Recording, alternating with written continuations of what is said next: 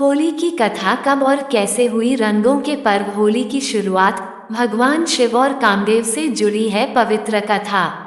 अगर आप इस चैनल पर पहली बार आए हैं तो चैनल को सब्सक्राइब जरूर कीजिए।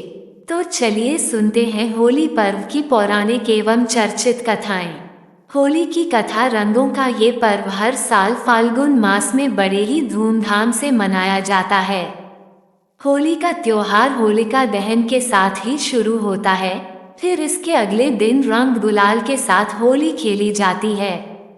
कब और कैसे हुई रंगों के पर्व होली की शुरुआत? होली हिंदू धर्म के प्रमुख त्योहारों में से एक है। इस साल होली 25 मार्च को है।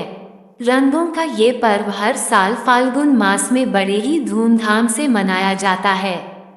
होली का त्योहार होलिका दहन के साथ ही शुरू होता है, फिर इसके अगले दिन रंग गुलाल के साथ होली खेली जाती है। इस दिन हिंदू धर्म के लोग एकजुट होकर खुशियां मनाते हैं और एक दूसरे को प्यार के रंगों में सराबोर करके अपनी खुशी जाहिर करते हैं।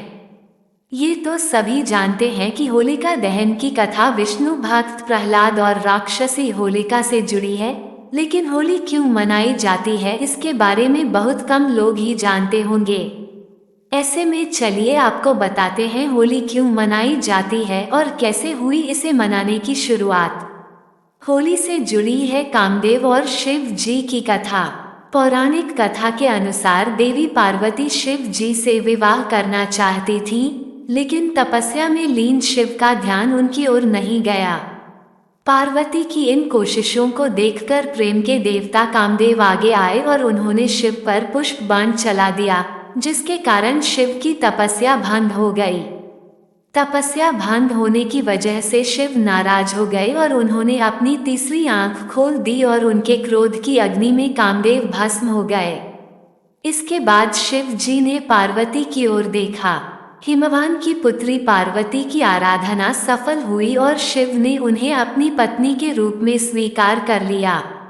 लेकिन कामदेव के भस्म होने के बाद उनकी पत्नी रति को असमय ही वैधव्य सहना पड़ा। फिर रति ने शिव की आराधना की। वो जब अपने निवास पर लौटे तो कहते हैं कि रति ने उनसे अपनी व्यथा कही। वहीं पार्वती के पिछले जन्म की बातें याद कर भगवान शिव ने जाना कि कामदेव निर्दोष हैं। पिछले जन्म में दक्ष प्रसंग में उन्हें अपमानित होना पड़ा था। उनके अपमान से विचलित होकर दक्ष पुत्री सती ने आत्मदाह कर लिया। उन्हीं सती ने पार्वती के रूप में जन्म लिया और इस जन्म में भी शिव का ही वरण किया। कामदेव ने तो उन्हें सहयोग ही दिया। शिव की दृष्टि में कामदेव फिर भी दोषी हैं, क्योंकि वह प्रेम को शरीर के तल तक सीमित रखते और उसे वासना में गिरने देते हैं। इसके बाद शिव जी कामदेव को जीवित कर दिया। उसे नया नाम दिया मनसिज। कहा कि अब तुम अशरीरी हो। उस दिन फागुन की पूर्णिमा थी। आधी रात गए लोगों ने होली का दहन किया था। सुबह तक उसकी आग में वासना की मलिनता जलकर प्रेम के रूप में प्रकट हो चुकी थी।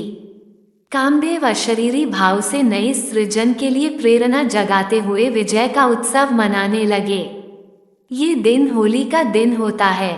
वहीं कई जगहों आज भी रति के विलाप को लोक धुनों और संगीत में उतारा जाता है। वीडियो को लाइक, कमेंट और शेयर कीजिए और डेली इसी प्रकार की भक्ति से जुड़ी कथा देखने सुनने के लिए हमारे YouTube चैनल देवांगन की भक्ति को सब्सक्राइब जरूर कीजिए।